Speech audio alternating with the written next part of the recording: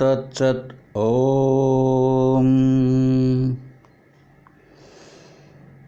ఓం గురుర్బ్రహ్మా గురుర్విష్ణు గురుర్దేవో మహేశ్వరః గురు సాక్షాత్ పరబ్రహ్మ తస్మై శ్రీ గురవే నమః. ఓం గురవే సర్వలోకానాం భిషజే భవరోగిణాం నిధయే సర్వవిద్యానాం దక్షిణామూర్తయే నమః.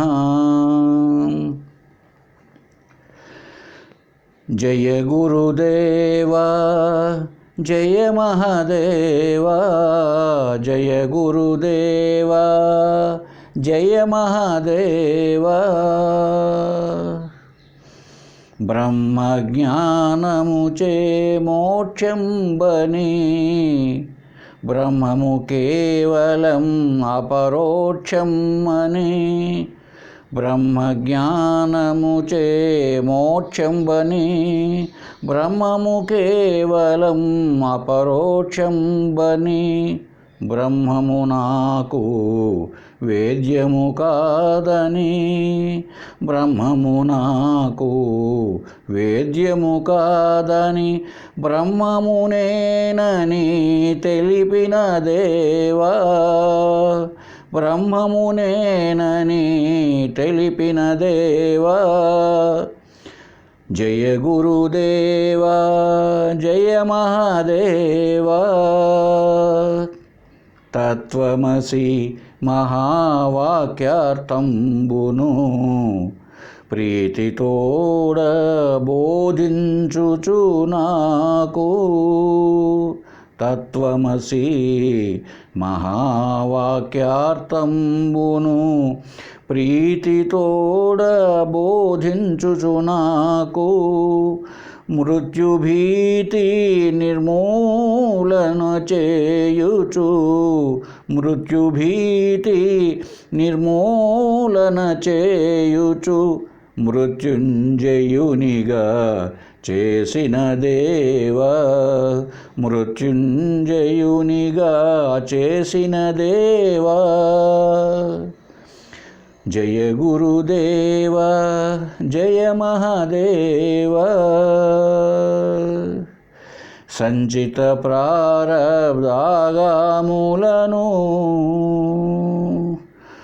తామించిన సత్య సుఖరూపుండని, సంచిత ప్రారబ్ధాగాములను తామించిన సత్య సుఖరూపుండని. పంచకోశ విలక్షణ సాక్షిని, పంచకోశ విలక్షణ సాక్షిని వంచన చేయక చూపిన దేవా, వంచన చేయక చూపిన దేవా. జయ గురుదేవా జయ మహాదేవా. పాతకుడని నే తాపము చెందుచు, పాతకుడని నే తాపము చెందుచు భీతిని చెందిన నాకు. పాతకుడని నే తాపము చెందుచు భీతిని చెందిన నాకు. పరతత్వార్థము తెలుపుచు, పరతత్వార్థము తెలుపుచు ఈ పాపిని పరమాత్మగా చేసిన, ఈ పాపిని పరమాత్మగా చేసిన సద్గురుదేవా. జయ గురుదేవా జయ మహాదేవా. భానుని సోముని వెలిగించిన, భానుని సోముని వెలిగించిన ఆ జ్ఞానమే పూర్ణ బ్రహ్మంబని ఆ జ్ఞానమే పూర్ణ బ్రహ్మంబని జ్ఞానస్వరూపము బోధించుచు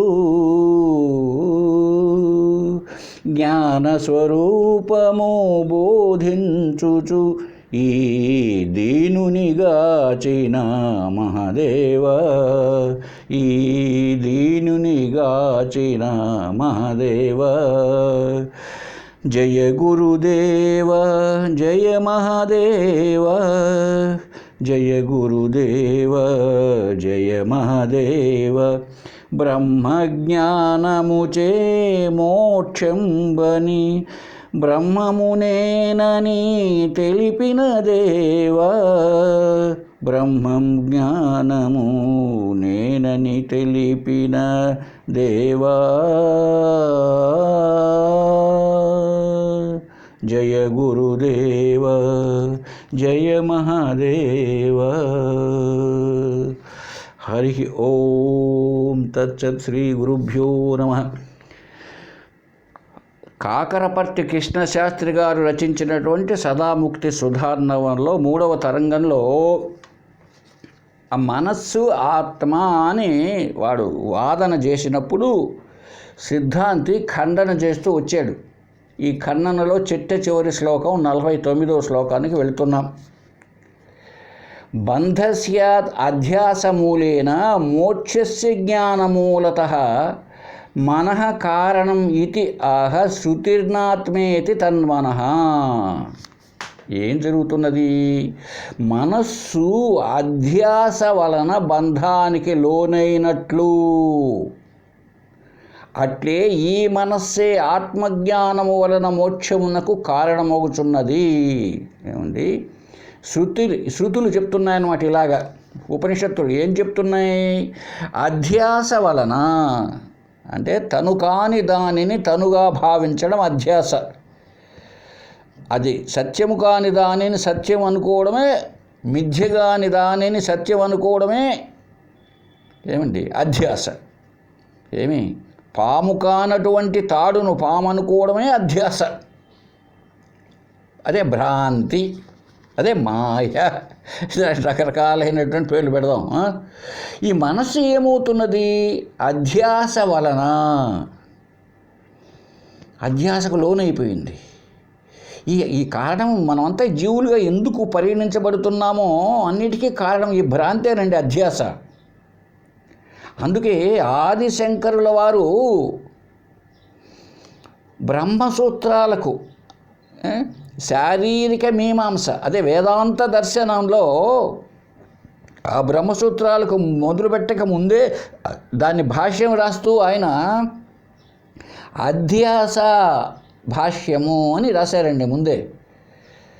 కారణం ఎందుకు సాక్షాత్తు బ్రహ్మస్వరూపమైనప్పటికీ ఎందుకు వీడు జీవుడు అని పిలువబడుతున్నాడు అనే విషయంగా చర్చిస్తూ అధ్యాస భాష్యము అని చాలా గొప్ప టాపిక్. అదొక గ్రంథంగా కూడా చాలామంది అనువాదం చేసి ఉన్నారు.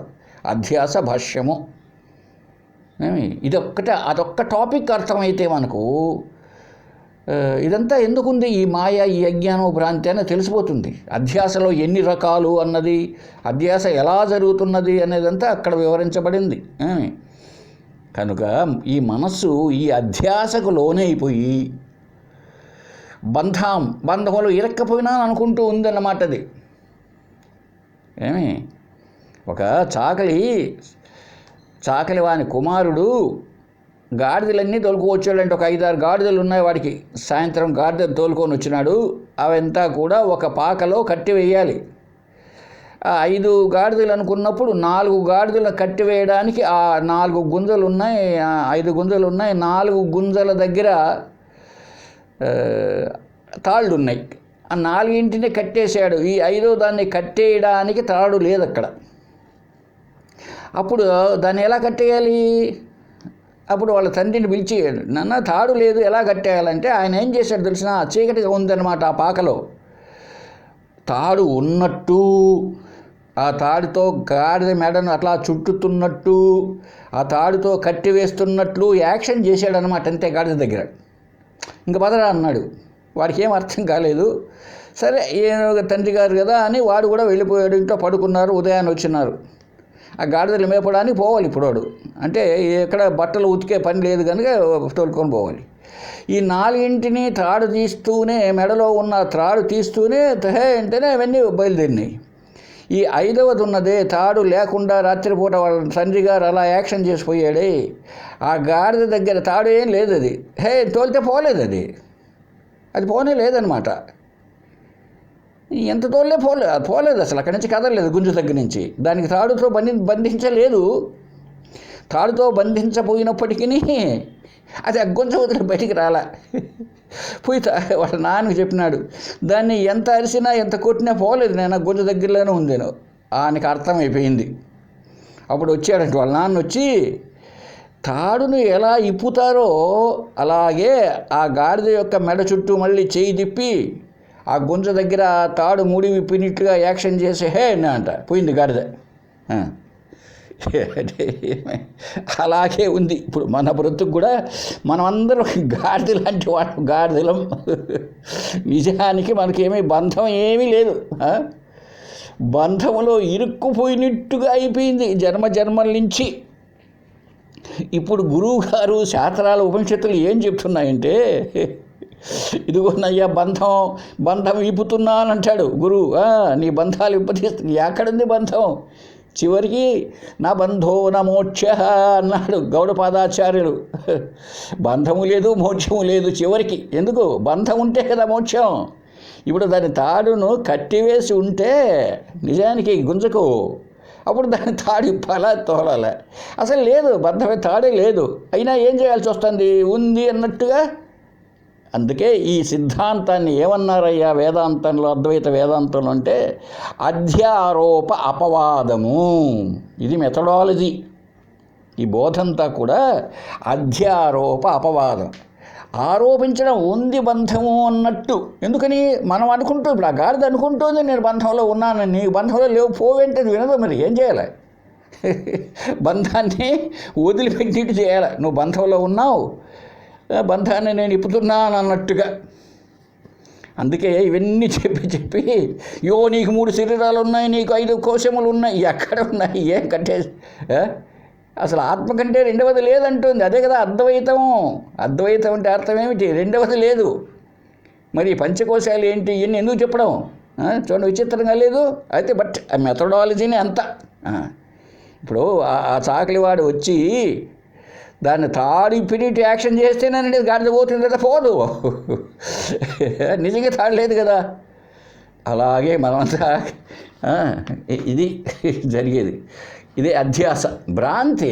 ఇప్పుడు నిజంగానే పాము ఉంటే ఆ పామును కట్టితో కొట్టడము, చంపడం, లేదా దాన్ని చప్పుడు చేస్తే అట్లా ఎక్కడో పోవడము, లేకపోతే ఏదో అంటూ ఉంటారు తంత్రాలని, గరుడ మంత్రం చెప్పడము, ఇవన్నీ చెయ్యాలండి. అసలు పాము లేదు అక్కడ, ఉన్నది తాడే. ఇప్పుడు ఏం చేయాలా? ఆ భ్రాంతిని తొలగించాలంటే అదేదో దాని స్వరూపాన్ని చెప్పాలి. అందువల్ల ఇక్కడ అద్వైత సిద్ధాంతంలో జ్ఞానమే ముఖ్యం, ఏం చేసేది కాదన్నది. ఇది మనకు మనస్సుకు పట్టినటువంటి తెగులు. ఏది? అధ్యాస. ఇది ఎందుకు వచ్చింది అంటే అవిద్య కారణం. అదంతా తర్వాత టాపిక్లో ఇక్కడ చూద్దాం. మన మనస్సుకు ఏమైంది? ఈ అధ్యాస వలన బంధానికి లోనైనట్లుంది. నిజానికి తాను అంటే నేను ఆత్మనే. ఎప్పుడైతే ఈ అధ్యాస, అవిద్య వలన, అజ్ఞానం వలన, స్వరూపాన్ని తెలుసుకోని దాని వలన ఒక బంధం అధ్యాసకు లోనైనాడు అని. అధ్యాస దేనివల్ల వచ్చింది? అజ్ఞానం వలన. స్వరూపం తెలియని దాని వలన అధ్యాస వచ్చింది. అవిద్య వలన అధ్యాస. ఏమండి? అది తాడు అని తెలుసుకోని దాని వలన, తెలియబడని దాని వలన, అది త్రాడు అని తాను తెలుసుకోలేకపోయినందువలన దానిని ఒకడేమో పాముగా చూశాడు, ఒకడు పూలమాలగా చూశాడు, ఒకడు గుడ్డ పేలికగా చూశాడు కదా. ఎందువల్ల? అదో తాడు అని తెలియనటువంటి దాని వలన అది అవిద్య లేక అజ్ఞానం. దానివల్ల ఏమైంది? భ్రాంతికి లోనైనాడు, అధ్యాసకు లోనైనాడు. కనుక అవిద్య వల్ల వచ్చినది అధ్యాస. ఇప్పుడు అజ్ఞానాన్ని పోగొట్టుకోవడానికి జ్ఞానం ఎప్పుడు కలుగుతుందో అప్పుడు అవిద్య పోతుంది. అవిద్య పోతూనే ఏమైపోయింది? అధ్యాస. ఇప్పుడు అది త్రాడు అని తెలుసుకున్నాడు అనుకోండి, పాము ఎక్కడ పోయింది చెప్పండి. అలాగే అధ్యాస పోయింది అనుకోండి, ఇప్పుడు మనకు కూడా అవిద్య పోయింది అనుకోండి, ఇంకా అధ్యాస లేదు. అధ్యాస లేకపోతే అంటే భ్రాంతి లేకపోతే స్వరూపమే తానే. కనుక ఈ అధ్యాస వలనే బంధం వచ్చినట్టు ఉంది. అయితే అటువంటి మనస్సే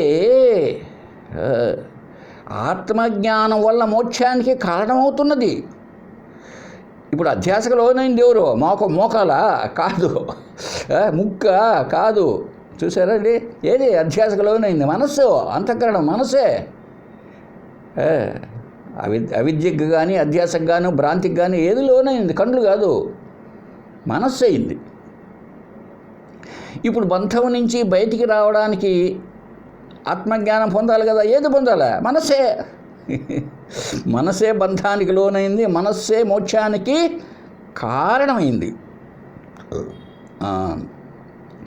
బంధస్య అధ్యాసమూలేన మోక్షస్య జ్ఞానమూలతః అంటోంది 49వ శ్లోకం.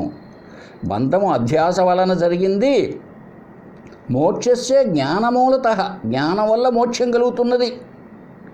మనః కారణం ఇది శృతి ఆత్మేతి తన్మనః. శృతులు ఇలాగా చెప్తున్నాయి, మనస్సే బంధానికి లోనైంది, అదే మోక్షానికి కూడా కారణం అదే. ఏమండి, బుద్ధి కదా అనొచ్చు. అక్కడ బుద్ధి అన్నా మనసు అన్నా అంతా ఒకటిగానే మనం అర్థం చేసుకోవాలి. వాస్తవానికి ఈ బుద్ధి, మనసు, చిత్తము, అహంకారం అన్నదంతా కూడా ఒకటిగానే. కాబట్టి ఇలాగా శృతులు చెప్తున్నాయి. అంతేగాని మనస్సే ఆత్మ అని ఎక్కడ చెప్పబడలేదు. మనస్సు కారణం. ఏమండి, వాడు కట్టెలు కొడుతున్నాడు, గొడ్డలి చీలుస్తున్నది కట్టెలను. అక్కడ ఉండే పెద్ద కట్టెను ఈ గొడ్డలి అనేది చీలుస్తున్నది.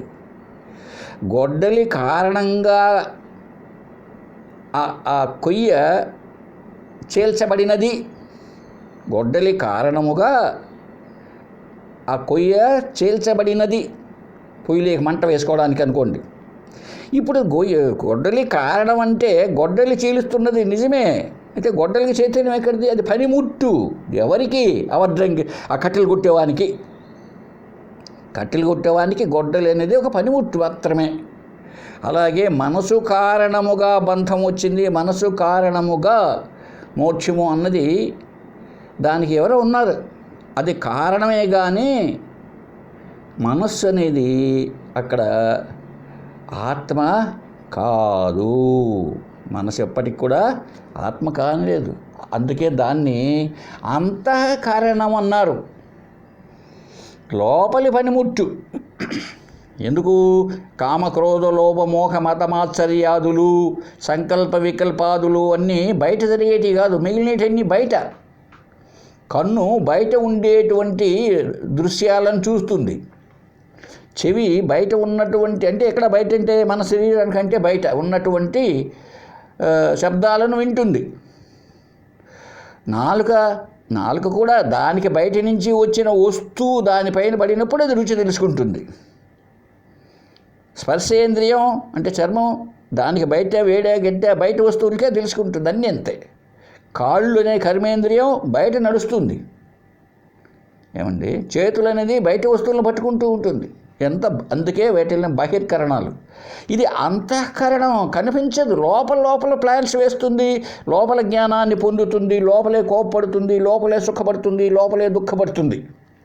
ఇది ఒక పనిముట్టు మాత్రమే. కాబట్టి మనసు ఎన్నటికీ ఆత్మ కానేరదు. ఈ విషయాన్ని ప్రమాణం చూపిస్తున్నాడండి. ఇంతవరకు తర్కబద్ధమైనటువంటి మంచి ఎగ్జాంపుల్స్తో చెప్పాడనమాట. మనస్సు పనిముట్టే కానీ ఉపకరణమే. అంతేకాకుండా మనస్సు దృశ్యము. నా మనస్సు ఎక్కడో పోయింది, ఎప్పుడో వచ్చింది, నా మనస్సు బాగాలేదు, నా మనస్సు చికాకుగా ఉంది, నాకు కోపం, ఇవన్నీ అంటాడు కదా. కాబట్టి మనస్సు తెలియబడునదే, తెలుసుకునేది కాదు. కనుక తెలియబడునది ఆత్మ కాదు. ఎందుకు కాదు? తెలియబడునది జడము, జడ పదార్థము, తెలుసుకునేదే జ్ఞానము. ఎంత మనం ముందు గత 3 శ్లోకాల్లో చర్చించుకొని ఉన్నాం. ఈ తర్కబద్ధమైనటువంటిది, అనుభవ రూపంతో ఉన్నటువంటిది. ఇప్పుడు శృతులు కూడా ఏం చెప్తున్నాయో చూద్దామండి. అప్రాణ అమనాహ శుభ్ర. చూడండి, ఆత్మ ప్రాణం కాదు, అమనః మనస్సు కాదు అని చెప్తోంది ఒక ఉపనిషత్తు. ఇంకా అశ్రోత్రం అవాక్ అమనః అతేజస్కం.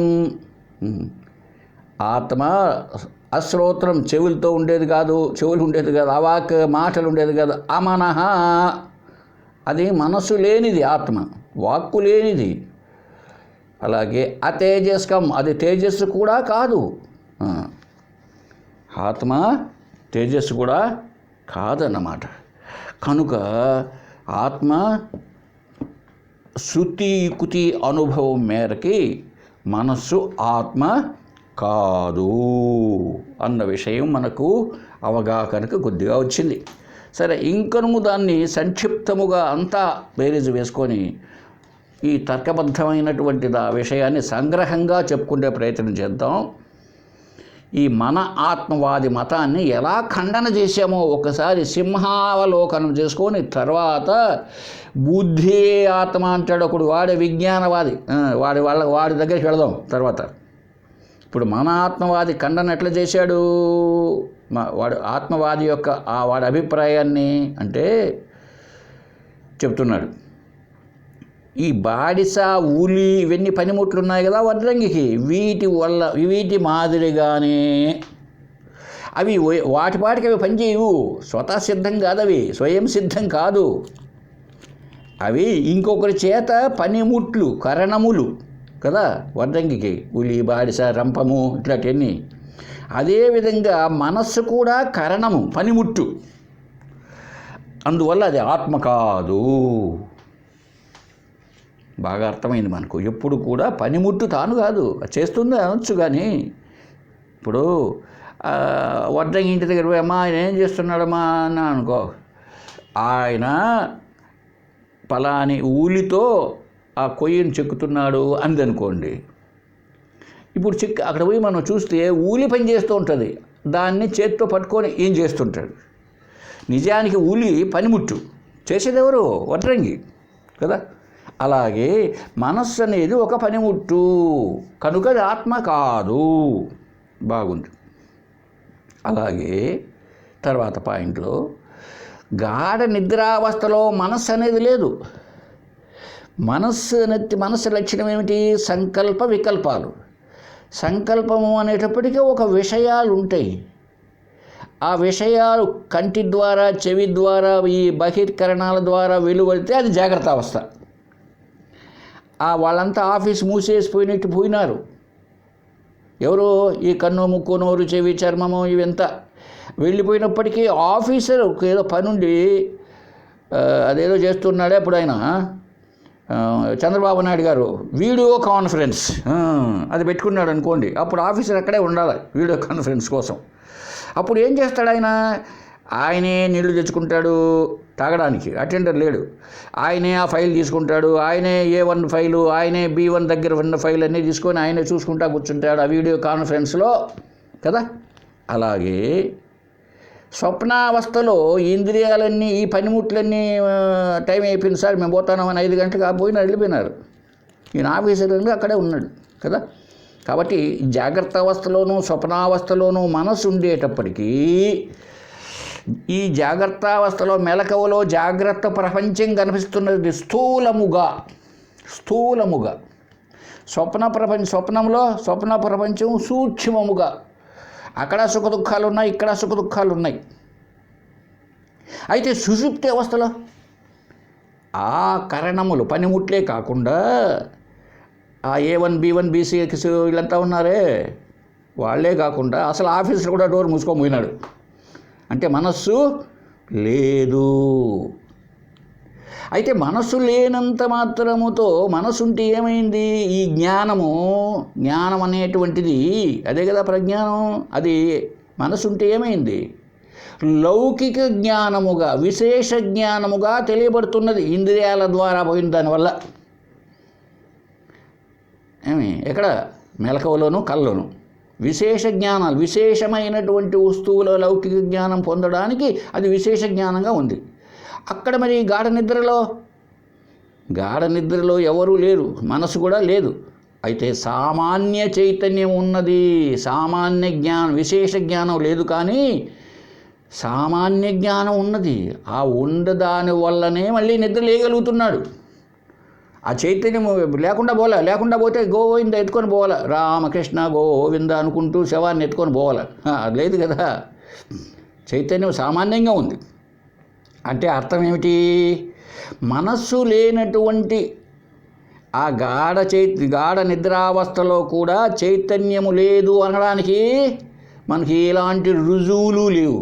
అక్కడ ఉంది. అక్కడ చైతన్యం ఉండబట్టే ఆ మనసు బోళ్ళా పడిపోయి ఉండేది, అంతే లైవ్ అయి ఉండేది, నాశనం కాలే. అదే అదే చెప్పాడు రమణ మహర్షి గారు, మనస్సు లైవ్ అయి ఉంది. అందువల్లనే మళ్ళీ నిద్ర లేస్తూనే ఆ మనసు, బుద్ధి, చిత్తహంకారం మళ్ళీ అవి ఆఫీస్కి వస్తానే మళ్ళీ అన్ని ఫైల్స్ అన్నీ తిరిగేస్తారు కదా వస్తూనే. అలాగే మెలక వస్తానే భార్యను భార్యగా, కొడుకును కొడుకుగా గుర్తించగలుగుతున్నాడు.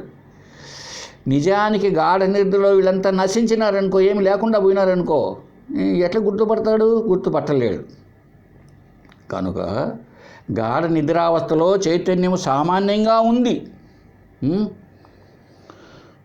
జాగ్రత్త అవస్థలో, స్వప్నావస్థలో రకరకాల అవతారాలు ఎత్తుతూ ఉన్నది. ఒక్కొక్క విషయం దగ్గరికి పోయినప్పుడు ఒక్కొక్క పనిముట్టు ద్వారా ఆ విషయాన్ని తెలుసుకుంటూ ఉంది. కంటి ద్వారా వెళ్ళి దృశ్యాలు గమనిస్తున్నదే మనస్సు, చెవి ద్వారా వెళ్ళి శబ్దాలను కంట్రోల్ చేస్తున్నదే మనస్సు. ఇవంతా జరుగుతుంది అక్కడ. సుషుప్త అవస్థలో సామాన్య చైతన్యం ఉంది. కాబట్టి అక్కడ ఈ విశేష చైతన్యం మాత్రమే లేదు. కనుక మనసు లేనప్పుడు కూడా ఆత్మ అన్న చైతన్యం ఉన్నది. ఇప్పుడు ఏమర్థం చేసుకోవచ్చు ఈ తర్కంలో మనం? ఈ మనస్సు ఏమండి, ఇది వ్యభిచారి, వ్యభిచరిస్తున్నది. అభిచారి, విశేషంగా నడుచుకోవడం ఏదో అది వ్యభిచారండి. వ్యభిచారంటే ఏదో కాదు. అభిచరించుట అంటే నడుచుకోవడం. అభిచారి అంటే ఆపోజిట్, దేశము విదేశము మాదిరి. అది అనేది ఉపసర్గ. వ్యభిచారి అంటే ఏంటి? మంచి పద్ధతిలో లేకుండా అది విశేషాలు ఇంకొక రకంగా నడుచుకుంటూ ఉంటుంది. అది అందువల్ల వ్యభిచారి అనే పదం వచ్చింది. మనసు వ్యభిచారి ఎందుకని? మెలకువలోనేమో ఒక రకంగా ఉంది, స్వప్నములోనేమో ఇంకొక రకంగా ఉంది, గాఢ నిద్రలోనేమో అసలు లేదు. ఏమండి, స్థిరంగా ఉందా? లేదు. కాబట్టి ఇది ఎలా అవుతుందండి ఆత్మ? మనసు ఆత్మ ఎలా అవుతుంది? ఆత్మ అంటే ఎట్లా ఉండాలి? సత్తది, ఎప్పటికీ ఒకే విధంగా ఉంటుంది. అది సామాన్య జ్ఞానం. విశేష జ్ఞానం అంటే వ్యభిచారి. విశేష జ్ఞానం అంటే అర్థం ఏమిటి? మార్పులు చెందుతూ ఉండేదంతా విశేషాలే. మార్పులు చెందుతూ ఉంటూ ఒకప్పుడు ఉన్నది ఒకప్పుడు కాకుండా ఉంటూ ఉండేదాన్ని విశేషాలు అన్నారు. వేరే గుణాలతో ఉండేదాన్ని మార్పులు చెందుతూ. కాబట్టి మనస్సు వ్యభిచారి కనుక అది ఆత్మ కావడానికి లేదు. ఎందుకు? మార్పులు చెందుతూ ఉంది. తర్వాత ఇంకా ఏం చర్చించడం, ఏం చెప్తాడు తెలిసిన? ఇంకా ప్రతి ఒక్కడు నా మనస్సు ధ్యానం చేస్తుంటే ఎక్కడెక్కడికో పోతుంది సార్, ఏం చేయాలనో అర్థమే కాల. ఉన్నట్టుండి హాయిగా భగవంతుని పై గురించి ధ్యానం చేద్దామంటే బయట బజారు వైపు వెళ్తాదేం సార్ ఇది అంటాడు. అంటే మనస్సు ఎక్కడికో వెళ్ళిపోయింది అని తనకు తెలుసు, తన జ్ఞానానికి తెలుస్తున్నది. అంటే మనస్సు అనేది తెలియబడునదే కానీ తెలుసుకునేది కాదు. అదే కదా మనం చాలాసార్లు ధ్యానం విషయం చెప్పుకున్నాం. అద్వైత ధ్యానంలో మనస్సును గమనించు, ఆలోచనలన్నీ వస్తున్నాయి పోతున్నాయి, సంకల్ప వికల్పాలు సంకల్పం జరుగుతూ ఉంటుంది, అది పోయి ఇంకొకటి వస్తుంది, ఇంకొకటి వస్తుంది, మళ్ళీ ఇంకొకటి వస్తుంది, క్షణము ఏమి. కాబట్టి ఆ మారిపోతూ ఉన్నటువంటి ఆ మనస్సు నాకు తెలియబడుతున్నది. కాబట్టి అది నేను కాదు, అది మమ, నాది అనవచ్చు. నాకు తెలియబడుతున్నది కదా అది. కాబట్టి అహం అనడానికి లేదు. మనస్సు నేను కాదు, మనస్సు అహం కాదు, నేను కాదు. ఎందుకు? నాకు అది తెలుస్తూ ఉంది. మనస్సు అంటే ఆలోచనలే, సంకల్ప వికల్పాలు తెలుస్తున్నా నాకు. ఏం పనిమాల ఆలోచనలన్నీ వస్తున్నాయి అబ్బా అంటామే. కాబట్టి అది అహం కాదు. అహం ఎవరు? అహం బ్రహ్మాస్మి, నేనే, ప్రజ్ఞానమే బ్రహ్మ. అది అసలైనటువంటి అహం. సరే, ఇంకా మనసు యొక్క స్థిరత్వమును అస్థిరత్వమును తెలియనది ఆత్మ. అదండి. ఈ మనస్సు స్థిరంగా ఉందా, కదిలిపోతున్నదా, అస్థిరముగా అంటే ఒక చోట ఉండడం లేదా, ఎక్కడంటే అక్కడ పోతున్నదా, దీన్నంతా తెలుసుకునేది ఏదో అది ఆత్మ. అంటే ఎట్లా ఉంది అప్పటికి అర్థం? మనసు కంటే వేరుగా ఉన్నది ఆత్మ. మనస్సుకు సాక్షి అన్నారు. అందుకే మనస్సును తెలుసుకునేదానిగా ఉంటూ సర్వమును తెలుసుకుంటున్నది ఆత్మ. సత్యచిత్ ఆనందం ఆత్మ అంటమే జ్ఞానం. జ్ఞానం ఏదో అదే ఆత్మ. సామాన్య జ్ఞానం, విశేష జ్ఞానం కాదు. ఈ జ్ఞానము, ఇదే ప్రజ్ఞానము, బ్రహ్మస్వరూపము ఈ మనస్సును, ఇంద్రియాలను అన్నింటినీ సాక్షిగా తెలుసుకుంటున్నది. అంతేగాని మనస్సు తనను తాను తెలుసుకోవడం కాదు. అందువల్లే మనస్సు ఆత్మ కాదు. అయితే ఎలా ఉంది అంటే, నిజానికి మనకు ఎలా అనిపిస్తూ ఉంటుందంటే, మనస్సు కర్త భోక్తగానే కనపడుతూ ఉంటుంది. ఎందువల్ల? ఇదో ఆభాస అలాగా కనిపిస్తూ ఉంటుంది. ఈ అంతఃకరణమే అంతా తాను చేసినట్టు, తాను ప్లాన్స్ వేసినట్టు, నేను ఆలోచించాను, నేను చేశానండి అంటూ ఉంటుంది. అది కర్తగా భోక్తగా. అయితే సత్యంగా అది కర్త భోక్త కాదు.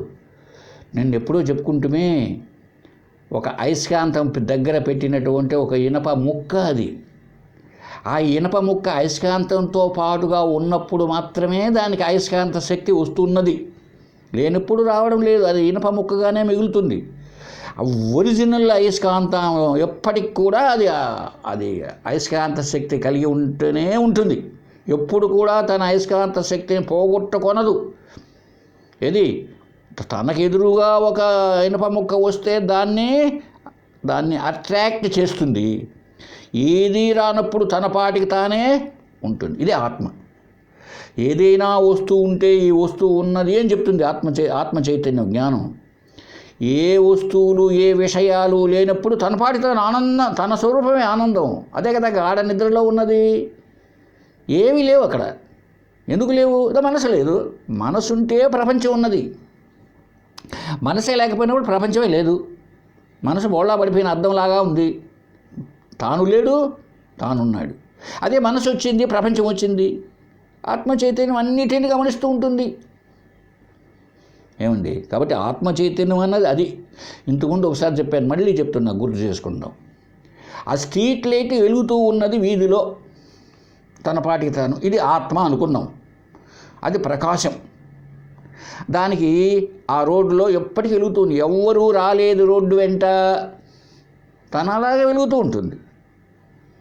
గాఢ నిద్రలో ఎవరు ఎవరు లేరు, ఎవరిని గురించి చెప్పదు, ఎవరు లేరంటూ ఉంటుంది. ఆత్మ చైతన్యం తానే ఉంటుంది, ఆనందంగా ఉంటుంది. అలా కాకుండా ఆ లైట్ వెలిగేటప్పుడు ఒక మోటార్ బైక్ వచ్చిందనుకోండి, ఒక అమ్మాయి 10 సంవత్సరాల అమ్మాయి మోటార్ సైకిల్ నడుపుతూ పోతుంది అనుకుందాం. ఇప్పుడు ఆ అమ్మాయిని తెలియజేస్తుంది ఆ లైట్. అదే లైట్ లేకపోతే 10 సంవత్సరాల అమ్మాయి మోటార్ బైక్ పోతుందని దూరంగా ఉన్న వాళ్ళకి ఏమైనా తెలుస్తుందా? తెలియదు. చూసారా? కాబట్టి ఆ అమ్మాయిని గురించిన జ్ఞానం కలగాలి అంటే ఆ లైట్ వెలుతురు అవసరం. అలాగే ఈ ప్రపంచిక జ్ఞానం, ఈ శరీర జ్ఞానం, ఈ మనోజ్ఞానం కలగాలంటే ఆత్మ అనబడే జ్ఞానం అవసరం. అయితే ఇవి లేనప్పుడు కూడా ఆత్మ జ్ఞానం ఉంటుంది, గాఢ నిద్రలో లాగా. ఏమండి? ఇప్పుడు ఆ లైట్ ఏం చేసింది? ఎవరు ఆధారణ పోతుంటే అన్నిటినీ తెలుసుకుంటూ ఉంది, అన్నిటినీ ప్రకాశింపజేస్తున్నది. ఏవి రాకపోతే తానే ఉంటుంది. కనుక అది ఆత్మ. అలాగే మనసు అనేది ఉంటే నా మనసు అల్లకల్లోలంగా ఉంది అంటుంది. గాఢ నిద్రపోతుంటే మనసు లేదు, తనే ఉంటుంది. కాబట్టి మనస్సు జడము, అది దేనిని తెలుసుకోలేదు. అంతేకాకుండా ఉపనిషత్తు చూడండి, ఇదే అమృత బిందోపనిషత్తు అనుకుంటాను ఇది. మన ఏవ మనుష్యాణం కారణం బంధమోక్షయో బంధాయ విషయాసక్తం ముక్తై నిర్విషయం స్మృతం అన్నది. మన ఏవ మనుష్యాణం కారణం బంధమోక్షయో, ఈ మనుషులకు బంధమోక్షములకు కారణం మన ఏవ, మనసు మాత్రమే. ఈ మనుషులకు బంధమోక్షాలకు కారణం మనస్సే అన్నారండి. బంధాయ విషయాసక్తం, ఎప్పుడు బంధం అనిపిస్తున్నది ఈ మనస్సు అంటే విషయాసక్తమైన మనస్సు, అంటే విషయ సుఖాలదంతా తనలో పెట్టుకొని ఆ విషయ వాసనలంతా ఎక్కించుకుంటుంది అనుకోండి, అప్పుడు అది బంధం. అలాగే ముక్తై నిర్విషయం, ఏ విషయ సుఖాల పట్ల కూడా ఏ విషయ వాసనలు లేకుండా మనస్సు ఉంటే ఏమండి, అప్పుడు అది మోక్షానికి కారణంగా ఉంది. విషయాల పట్ల ఆసక్తి ఉంటేనేమో అది బంధమవుతుంది. విషయాల పట్ల విషయాలే లేకుండా నిర్విషయంగా మనసు తయారైతే అది మోక్షానికి హేతు అని చెప్పబడింది ఉపనిషత్తులో. దీని అర్థం ఏమిటంటే ఈ బంధము, మోక్షము, ఈ అధ్యాస, ఈ భ్రాంతి అన్నీ చెప్పుకున్నామే, వీటన్నిటికీ కారణం మనస్సే. కానీ మనస్సు ఆత్మ అనే అభిప్రాయం కాదు. వీటికి కారణం మనస్సే, అంతేగాని మనస్సు ఆత్మ అని చెప్పడం లేదు అక్కడ. ఎట్లా చూద్దాం. ఈ విషయాసక్తి మనస్సు ఏ విధంగా తయారవుతుంది? తమో గుణంతో తయారవుతుంది, మలినం అయిపోతుంది. ఈ విషయ సుఖాల పట్ల ఎక్కువ పెంచుకుంటే అప్పుడు ఏమవుతుంది? ఈ పాపిష్టి భావాలు ఉన్నాయే, తమో గుణాలు, ఇవంతా పెరిగిపోయి జ్ఞానానికి సంసిద్ధత లేదు. కనుక బంధానికి హేతు అయిపోయింది మనస్సు. ఎప్పుడైతే విషయ వాసనలు లేకుండా శుద్ధమైందో అప్పుడు సత్వగుణం ఎక్కువైంది. సత్వ సంజాయతే జ్ఞానం. అప్పుడు సత్వగుణం వల్ల ఏమైంది? మనస్సు జ్ఞానానికి హేతు అయింది. ఈ పద్ధతి ద్వారా అది మోక్షానికి హేతు. అంతేగాని మనస్సు ఆత్మ అనే అభిప్రాయం కాదు. ఏమండి, ఇప్పుడు ఈ శృతులు చెప్పినటువంటిది మరి కొన్ని చోట్ల ఉపనిషత్తుల్లో, అదే తైత్తిరీయ ఉపనిషత్తు లాంటి దాంట్లో ఒక్కొక్క కోశాన్ని గురించి చెప్తూ పోతూ మనోమయ కోశమే ఆత్మ అని కూడా జరుగుతుంది. అన్నమయ కోశమే ఆత్మ అని చెప్తాడు ముందు. అలాగే చాందోగ్యోపనిషత్తులో బ్రహ్మ దగ్గర ఇంద్ర విరోచన సంవాదం అని ఉందండి, మంచి టాపిక్. అక్కడ ఇంద్రుడు చెప్పేది అదే. మొదట్లో అన్నమయ కోశం ఆత్మ అంటాడు, తర్వాత ప్రాణమయ కోశం ఆత్మ అంటాడు, తర్వాత మనోమయ కోశం ఆత్మ అంటాడు. అదొక పద్ధతి. ఇది ఆత్మ అన్న తర్వాత నువ్వు బాగా విచారణ తపస్సు చేసిరా పోరా నాయన ఇంద్ర అంటాడు అనమాట బ్రహ్మదేవుడు. మొదట్లో ఏమవుతుంది? ఈ అన్నమయ కోశమే ఆత్మ అని చెప్పినప్పుడు విరోచనుడు ఉన్నాడే, ప్రహ్లాదుడు మనవుడు, రాక్షసరాజు వాడు అంతే అర్థం చేసుకుంటాడు, ఈ శరీరమే ఆత్మ. అదే కదా విరోచన మతం, నాస్తికవాదం, చార్వాకులు, లోకాయతికులు వాళ్ళే. ఈ శరీరమే ఆత్మ అని చెప్పేశాడు బ్రహ్మ. కాబట్టి మన ఇష్టం వచ్చినట్టు శరీరానికి ఎంత అలంకారం చేయాలా, ఎంత బాగా మన ఇష్టం వచ్చి తినాలా, తాగాల, ఎగరాల, తోగాల, కొలకాల అని చెప్పేశాడు వాడు. ఇంద్రుడు ఏం చేశాడు? ఆలోచించాడు, ఇది ఎట్లా అవుతుందయ్యా అని డౌట్ వచ్చేసింది. పోయి అడిగాడు మళ్ళీ బ్రహ్మగారిని. అడిగితే నాయన ముందు నువ్వు తపస్సు చేసిరా పో అంటాడు. అంటే బాగా విచారణ చేసిరా అంటాడు. 100 సంవత్సరాలు అంటాడులేండి అదంతా కథ. విచారణ చేసి వచ్చినప్పుడు ఇది ఆత్మ కాదు అన్న తెలిసిపోతుంది. ఎందుకని? ఈ శరీరం నశిస్తున్నది, నశించేది ఆత్మ ఎలా అవుతుంది? ఇలాగా. అప్పుడు ప్రాణమయ కోశం ఆత్మ అంట. దాని గురించి మళ్ళీ విచారణ చేస్తాడు, తెలుస్తుంది. అలాగా మనోమయ కోశమే ఆత్మ అని చెప్పబడింది అక్కడికి ఆగిపోవడం కాదు, అదే మనస్సే ఆత్మ అని చెప్పడం. అదే ఇంతకుముందు చెప్పుకున్నామే, స్థూల అరుంధతి న్యాయము మేరకు లేక శాఖాచంద్ర న్యాయము మేరకు అన్నారండి. అక్కడ చెప్పడం ఎందుకంటే అదేని కాదు. ఇప్పుడు స్థూల అరుంధతి న్యాయం అంటే పెళ్లి కొడుకు పెళ్లి కూతురికి ఆ పురోహితుడు చూపిస్తాడనమాట. అది కూడా ఇప్పట్లో ఏమైంది, పట్టపగలు రాత్రులే కనపడదు దాని ఉపదిగా అరుంధతి. మనం జాగ్రత్తగా చూసినా కూడా ఏదో ఆ కాంతే కనపడతా ఉన్నట్టు ఉంటుంది. నిజానికి కొంతమంది అంటూ ఉంటారు అరుంధతి అనేది లేదయ్యా, ఆ చిట్ట చివరిది ఆయన ఏమి వశిష్ఠుడు, కాబట్టి ఆ కాంతే మనకు అట్లా రిఫ్లెక్ట్ అవుతూ ఉంటుంది అనేవాళ్ళు కూడా ఉన్నారు. అటువంటిప్పుడు పగలు చూపిస్తారు ఇప్పుడు మనకు పురోహితులు పగలు. కాబట్టి దాన్ని చూపించేటప్పుడు ఏం చేస్తారు చూడనైనా, ఉత్తర వైపు ఆకాశంలో మంచం కోళ్ళు లాగా నాలుగు ఉన్నాయి, మంచం కోళ్ళు, మంచానికి కోళ్ళు ఉన్నట్టు ఉన్నాయా, కనపడుతున్నది. అది కాదు అరుంధతి. చూపించాల్సిందేంటి, ఈ పెళ్లి కొడుకు పెళ్లి కుమార్తెకి ఆ పురోహితుడు అరుంధతిని చూపించాలా. మరి ఏంటి మంచం కోళ్ళు నేను చూపిస్తాడే, తట్టుకో నువ్వు ఆగవయ్యా చెప్తాను. కనిపిస్తున్నారా, 4 కోళ్ళలాగా ఉంది. ఆ చిట్ట చివరి మూలకు ఆ కోడి దగ్గర నుంచి 3 ఉన్నారు, వాళ్ళ 3 దొంగలంట. పల్లెటూరులో చెప్పుకుంటూ ఉంటారు అది. ఆ 3 దొంగలు కనిపిస్తున్నారు. వాళ్ళే సార్ ఆత్మ స్వామి పురోహితులు గారు, వాళ్ళేనా అరుంధతి. తట్టుకో చూసారా, అదొక స్టెప్ బై స్టెప్ కనిపిస్తున్నారు 3. ఇప్పుడు చిట్ట చివరిది చూడు, చూశాను, అదేనా స్వామి అరుంధతి? కాదు తట్టుకో చిట్ట చివరి దాన్ని చూడు బాగా, అట్లే పక్క తిప్పగాక చూపు. ఆ చిట్ట చివరిది వశిష్ఠుడు. ఏంది స్వామి అరుంధతిని చెప్తానని చూపిస్తానని తొడుకోని వచ్చి మమ్మల్ని ఇక్కడ నిలబెట్టి మీరు అన్నీ చూపిస్తారు. తట్టుకో ఆ చిట్ట చివరి దాన్ని చూడు నువ్వు వశిష్ఠుడిని. ఆ వశిష్ఠుడు అనబడే ఆ నక్షత్రం పక్కలో సన్నగా కాంతి కనపడతాను చూడు, చూస్తాడు. కొంచెం లైటింగ్ కనపడినట్టు ఉంటుంది, తలుక్ అని. అదేనాయన అరుంధతి అని చూపించేస్తాడు చివరికి. దీన్ని స్థూల అరుంధతి న్యాయం అంటారండి. అలాగే శాఖాచంద్ర న్యాయం అని ఒకటి ఉంది. చంద్రుడు చెట్టుకొమ్మ అంట. ఒకప్పుడు, ఇప్పుడంటే కాలం మారిపోయింది, చంద్రుడు లేక్ కూడా పోయి మట్టి తెచ్చినారు మన వాళ్ళు.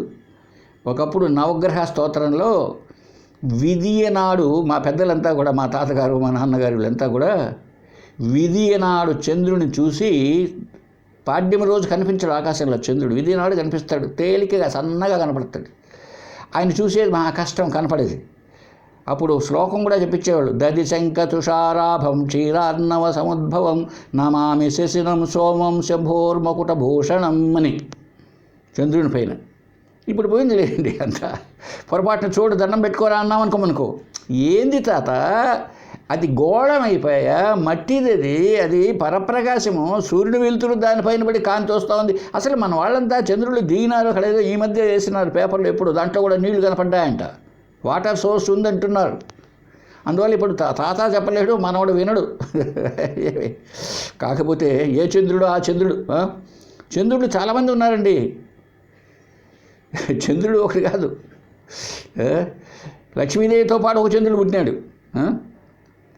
ఎక్కడ క్షీరసాగర మథనం చేసేటప్పుడు చంద్రుడు అక్కడ పుట్టాడనమాట అని పురాణం చెప్తుంది. అప్పటికి ఈ చంద్రుడు పుట్టకముందు విషం పుట్టిండాలి.